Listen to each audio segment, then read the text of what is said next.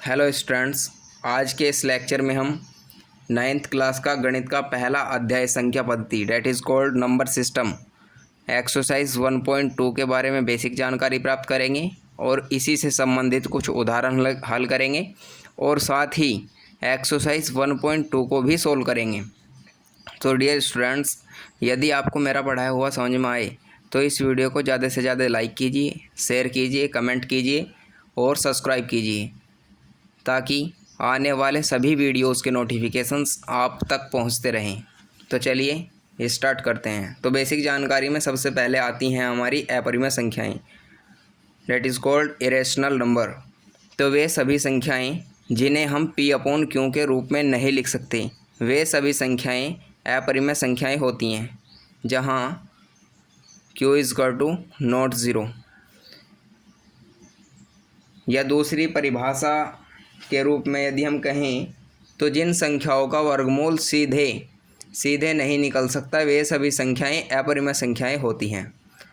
तो इसलिए जैसे हम अगर 4 का वर्गमूल निकालें तो 4 का वर्गमूल 2 होगा, लेकिन यदि हम 2 का वर्गमूल निकालें तो एक निश्चित संख्या नहीं आएगी। ये कुछ पॉइंटों में आएगी, जैसे 1.414 एंड सो ये आगे चलते चले जाएगी। यदि हम पाई का चूँकि हम जानते हैं पाई की वैल्यू होती है 22/7, तो 22/7 को यदि हम 7 से 22 को भाग देंगे तो 3.141592 एंड सो ऐसे ही आगे बढ़ता चला जाएगा। ये कोई नहीं, एक निश्चित संख्या नहीं है।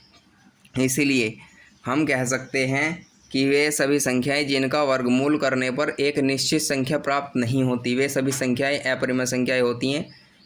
और यदि हम इनके कुछ नियम्स के बारे में बात करें तो इनके कुछ नियम हैं, जैसे जितनी भी परिमेय संख्याएं होती हैं, यदि परिमेय संख्याओं में हम अपरिमेय संख्याओं को जोड़ दें तो उनसे बनने वाली जो संख्याएं होती हैं वे भी हमारी अपरिमेय संख्याओं की श्रेणी में ही आती हैं। तो चलिए अब एग्जाम्पल्स देख लेते हैं। उदाहरण एग्जाम्पल नंबर 3।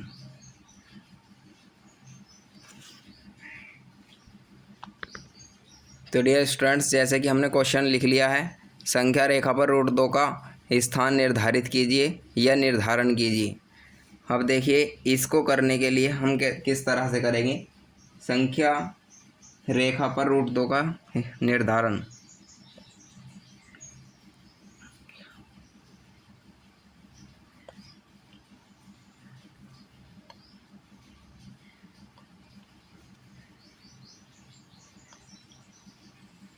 संख्या रेखा पर √2 का निर्धारण करने के लिए सबसे पहले हमें एक संख्या रेखा लेनी होगी और उसके बाद हम √2 का निर्धारण करेंगे। जैसे हम एक संख्या रेखा लेते हैं,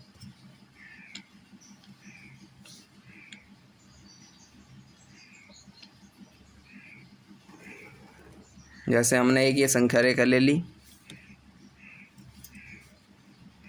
ये भी मान लेंगे। सबसे बीच में 0, फिर इधरली साइड प्लस की वैल्यूज़, इधर की साइड माइनस की वैल्यूज़।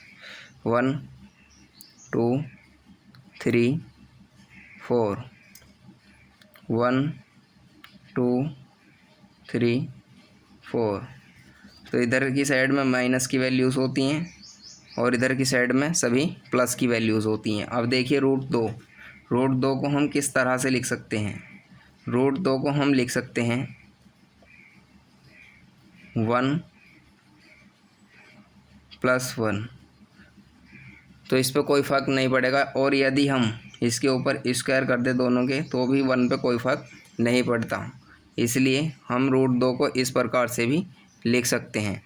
अब यदि जो भी संख्या फर्स्ट में होती है यहाँ पर और उसका स्क्वायर होता है, हम उसे ही ले लेते हैं। जैसे यहाँ 1 है तो संख्या रेखा से 1 इकाई या 1 इकाई इधर प्लस की ओर हमें 1 पे 90 डिग्री का कोण स्थापित करना होगा। तो चलिए कोण स्थापित करते हैं। आप इसे फीटी की सहायता से भी कर सकते हैं और आपको ये फीटी की सहायता से ही करना होगा। मैं इसे वैसे ही कर रहा हूँ। तो चलिए किस प्रकार से यहाँ से एक चाप घुमाएंगे हम। तो इस प्रकार से यहाँ लगाएंगे, इस पे प्रकार की नोक रख के यहाँ पेन की नोक रख के नो घुमा देंगे और यहाँ से एक कट का निशान लगाएंगे और एक यहाँ पर, और यहाँ से जब हम इसे यहाँ पर काटेंगे और यहाँ प्रकार रख के इधर से और फिर सीधी एक लाइन खींच देंगे। तो इस प्रकार से यहाँ पर प्रकार की नोक रख के इसकी दूरी जितनी इसकी दूरी है ये और यहाँ पे प्रकार की नोक रख के यहाँ पेन की नोक रखेंगे और एक इकाई दूरी को माप करके यहाँ पर हम निशान लगा देंगे। माना कि वो एक इकाई दूरी है, एक इकाई, और यदि ये एक इकाई है तो ये भी एक इकाई होगी। तो यहाँ से हम इसे मिला देंगे धीरे धीरे। आप इसे फीटी की सहायता से मिला सकते हैं और जब ये यहाँ पर मिल जाएगी तो हम यहाँ पे प्रकार की नोक रखेंगे और इस पे फीटी की नोक रखेंगे। चूँकि यदि हम देखें पाइथागोरस प्रमेय से, ये बेसिक सी चीज़ यदि मैं आपको बताऊं तो ये पाइथागोरस प्रमेय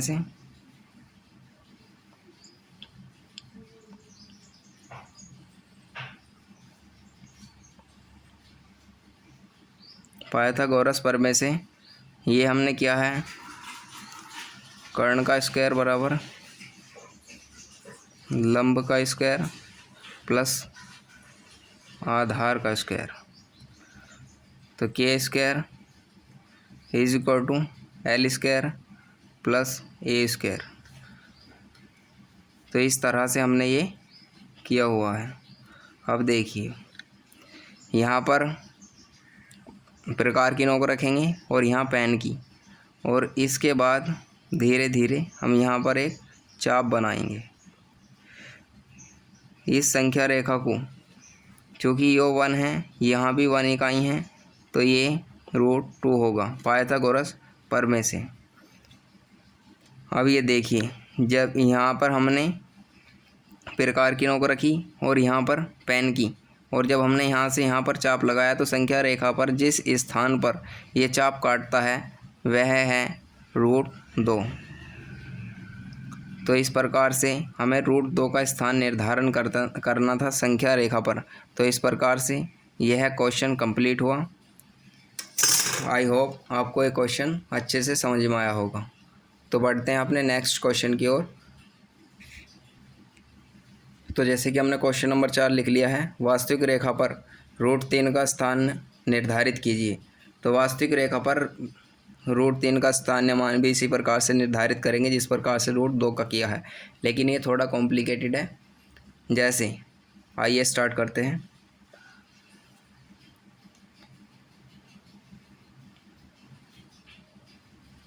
संख्या रेखा पर √3 का निर्धारण। तो √3 को हम लिख सकते हैं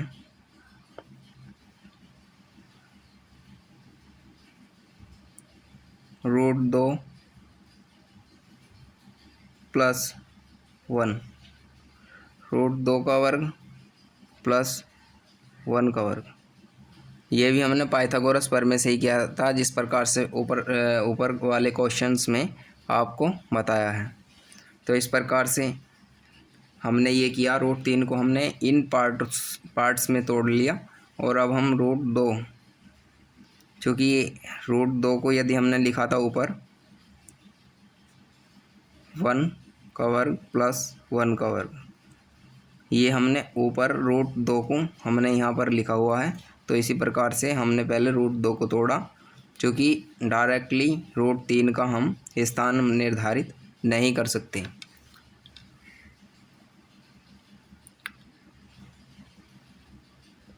तो आइए एक संख्या रेखा लेते हैं।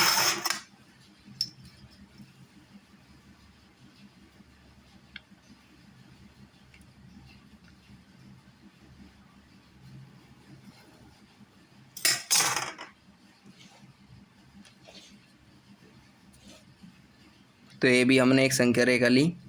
इस पे यहाँ पर 0 होता है, इधर प्लस की 1 2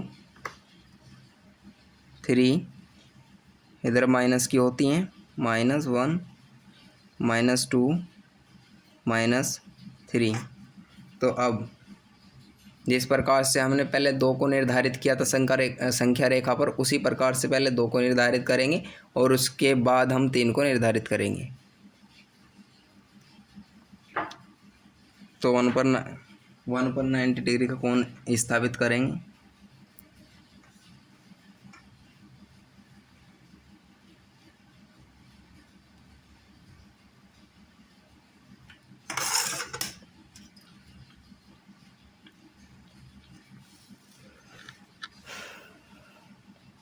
जितनी दूरी ये है उतनी ही दूरी ये रख करके यहाँ हम चाप लगा देंगे।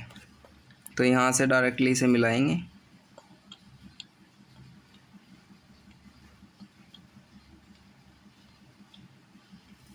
क्योंकि ये 1 इकाई है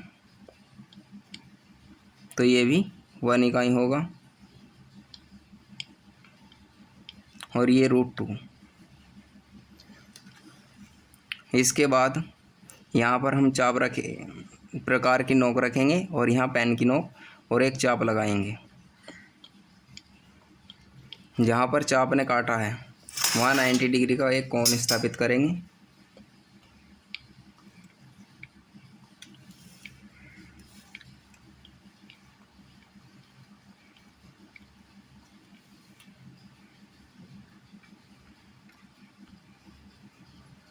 और प्रकार की नोक यहाँ पर रखकर इतनी दूरी को हम मापेंगे। फीटी से भी माप सकते हैं, और जितनी ये दूरी यहाँ से लेकर के यहाँ तक की दूरी है उतनी ही दूरी पर यहाँ पर हम एक चाप लगाएंगे। फीटी से माप कर लगाएंगे और इस बिंदु से इस चाप को मिलाएंगे।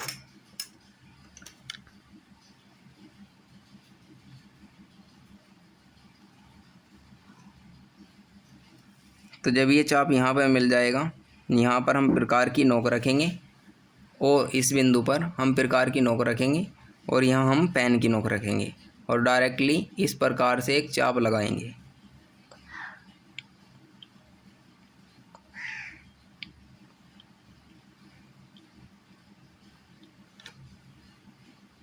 तो जिस भी स्थान पर जाकर ये चाप काटता है,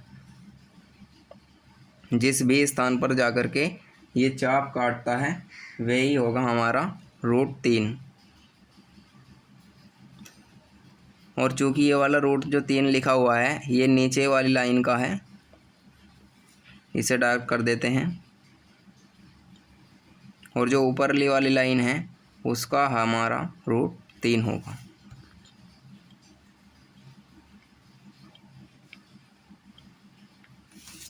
तो आई होप आपको ये समझ में आ गया होगा।